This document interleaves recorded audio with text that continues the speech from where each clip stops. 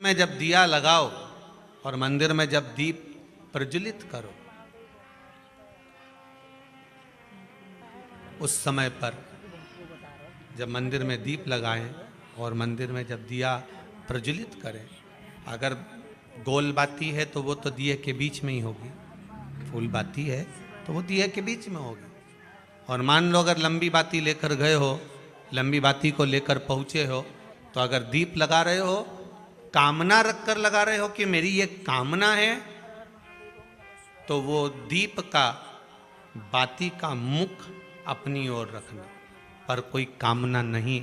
हम भगवान को केवल इसलिए रिझा रहे हैं कि मेरा भोलेनाथ मेरा भंडार भरे और मेरे घर में सुख समृद्धि दे। तो दीप की बाती का मुख भगवान की ओर होना चाहिए कि हमने तेरे भरोसे पर छोड़ दिया।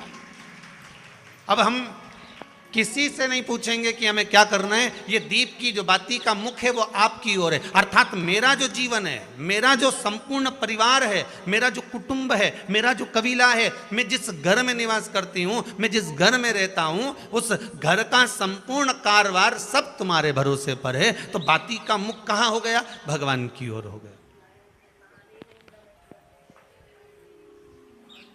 बाती का मुख फिर भगवान की ओर। पर ज़्यादातर लोग दिया जो लगाते हैं ना, वो अपनी ओर बाती करके ही लगाते हैं। मतलब इनकी कामना चलती ही रहती है 24 घंटे। कुछ कुछ कामनाएं इनकी जागरूक रहती है, इनकी कामनाएं निरंतर रहती है। पर उस बाती में जब आप अपना संपूर्ण परिवार, संपूर्ण अपने परिवार का दुकान हो, धंधा हो, व्यापार हो, व्यवसाय हो, चाहे आप जितना भी कार्य कर रहे हो, फैक्ट्रियां चला रहे हो, वो सब अपने भगवान के भरोसे पर दे दिया, भगवान की ओर दे दिया। तो इसका मतलब ये नहीं है कि बाती का मुख भगवान की ओर हो तो तुम भगवान के बिल्कुल करीब में ही बाती का मुख कर कर लगा दो और भगवान को मालूम पड़े चोट लग जाए, ऐसा भी नहीं। जब भी दिया लगता है, आप बहुत ध्यान देना महाराज, अगर भगवान जिस स्थान पर बैठे हुए हैं, अगर दिया हमको रखना है, भगवान जहाँ विराजमान है, दीप जब भी रखा जाता है भगवान के सामने, तो अपन जहाँ विराजमान है उससे भगवान और अपने बीच में कम से कम 2 बीता की दूरी तो होना ही चाहिए, जिससे भगवान को भी चोट ना लगे, भगवान को भी घात ना लगे। तुलसी महारानी को जो दिया लगाया जाता है वो तुलसा महारानी से दूर लगाना चाहिए। तुलसी के क्यारे में दीप लगाने का प्रमाण नहीं है कि तुम तुलसी के क्यारे के अंदर दिया लगाओ।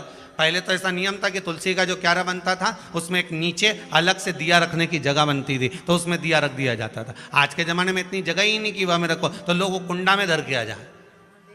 अब वो कुंडी में रख के आए, मालूम पड़े तुलसी महारानी का पत्ता मुरझा जाता है, तुलसा महारानी भी ऐसी मूर्छित हो जाती है, तुलसा महारानी भी चारों तरफ से वो दिए की लो से जल जाती है। ऐसा दीप लगाने का कोई फायदा नहीं, ऐसे दीप की कोई महत्वता नहीं है। किसी को कष्ट देकर, किसी को परेशान कर कर, देवता हो चाहे आप हो, आप किसी को कष्ट देकर, किसी को परेशान कर कर अगर भजन कर रहे हो तो उसका कोई सुख नहीं है हमारा, उसका कोई आनंद नहीं है। किसी को भी कष्ट देकर अगर आपने भजन भी किया, यज्ञ भी करा, दान भी करा, पुण्य भी करा, सत्कर्म भी करा, भजन भी करा, उसका कोई तत्व नहीं। शाम को 4 बजे से लेकर 7 बजे के बीच में शंकर और पार्वती के भ्रमण का समय रहता है। मेरे देवाधिदेव महादेव और माता पार्वती के भ्रमण का समय, भगवान शंकर पार्वती घूमने को निकले।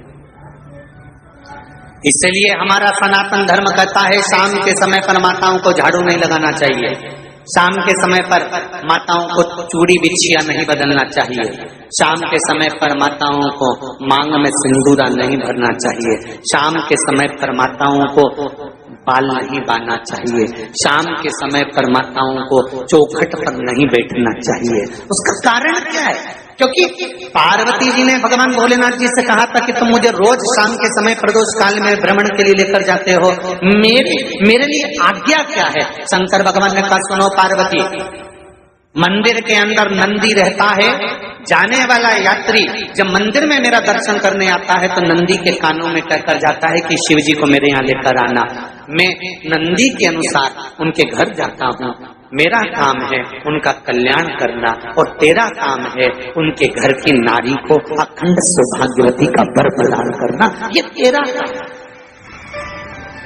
तब पार्वती माता ने कहा अखंड सौभाग्यवती होने का वर मैं तो दे दूंगी, पर उस समय पर माताएं चूड़ी बदल रही होगी और हाथ से चूड़ी निकाल रही होगी तो मैं वर कैसे दे सकती हूँ, मांग भर रही होगी तो मैं वर कैसे दे सकती हूँ, उस समय पर चूड़ी बिछिया बदला जा रहा होगा तो मैं वर कैसे दे सकती हूँ, उस समय पर झाड़ू लग रही होगी तो मैं लक्ष्मी को वहां कैसे भेज सकती हूँ, आप बताओ। तो शंकर भगवान ने कहा प्रदोष का समय एक ऐसा समय होता है, शाम का समय ऐसा होता है जिस समय पर केवल शंकर और पार्वती की आराधना का समय होता है। हम तो कई लोगों से कहते हैं अगर आपके यहाँ संपदा नहीं आ रही है, बहुत मेहनत कर रहे हो, फल नहीं मिल रहा, कहीं नौकरी, कहीं सर्विस या कहीं व्यापार या व्यवसाय में कहीं तकलीफ आ रही है, हम सबसे कहते हैं शाम का समय पकड़ लो, शंकर जी के मंदिर में दिया लगाना प्रारंभ करो। शिव मंदिर में अगर दिया नहीं लगा रहे हो तो बेलपत्री के पेड़ के नीचे दिया लगा। बेलपत्री और शंकर जी के मंदिर में दिया नहीं लगा रहे तो शंकर जी के मंदिर के बाहर चौखट पर दिया लगा। इतना भी नहीं कर सकते तो अपने घर के बाहर अपने द्वार पर दिया लगा दो, पर शंकर जी के नाम का श्री शिवाय नमस्तुभ्यम बोलकर शंकर भगवान को याद कर कर अपनी कामना कर कर बाबा का स्मरण कर कर पंचाक्षर मंत्र नमः शिवाय, षडाक्षर मंत्र ओम नमः शिवाय, द्वादशाक्षर मंत्र ओम नमो भगवते वासुदेवाय, जो मंत्र तुमको याद है उसका स्मरण कर कर लक्ष्मी हो चाहे नारायण हो चाहे राम हो चाहे कृष्ण हो स्मरण कर कर शाम के समय बाहर दिया लगा दो, दरवाजे के पास लगा दो, वो सुनेगा जरूर, आएगा तो उसका वेलकम जरूर होगा और वो कुछ देकर जरूर जाएगा। नियम तो बनाओ, उसकी चौखट पर जाकर कहना है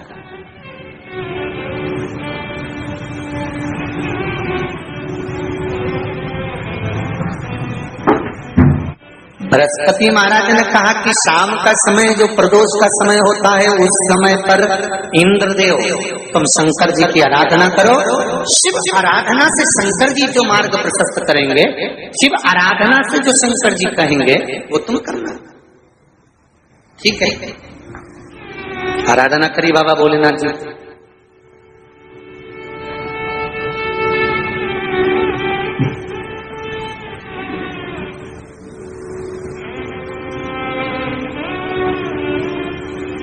मालूम नहीं था इंद्रदेव को, बृहस्पति महाराज ने प्रदोष की महत्वता समझाई तो प्रदोष का समय जानकर शंकर जी पर 7 बेलपत्र प्रदोष के दिन इंद्र ने समर्पित कर दी बिना सोचे।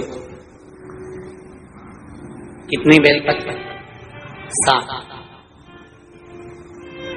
प्रदोष का व्रत करो चाहे ना करो, मंदिर में चढ़ी हुई बेलपत्र को उठा लो,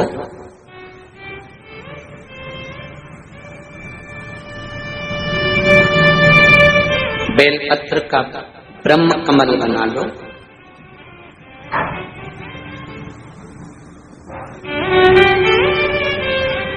ब्रह्म कमल का मतलब होता है डंडी बीच में रहे, आसपास पत्तियां रहे।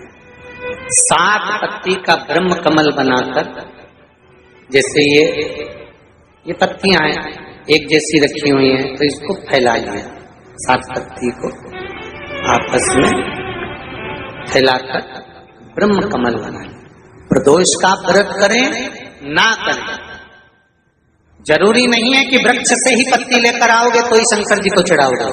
शिव जी पे से चढ़ी हुई उठाकर धोकर ब्रह्म कमल बनाकर बाबा से विनय कर कर, हे प्रभु आज मैं इस काम के लिए जा रहा हूँ, बाबा मेरा यह कार्य है, बोलकर श्री शिवाय नमस्तुभ्यम बोलकर शिवलिंग पर समर्पित कर दो।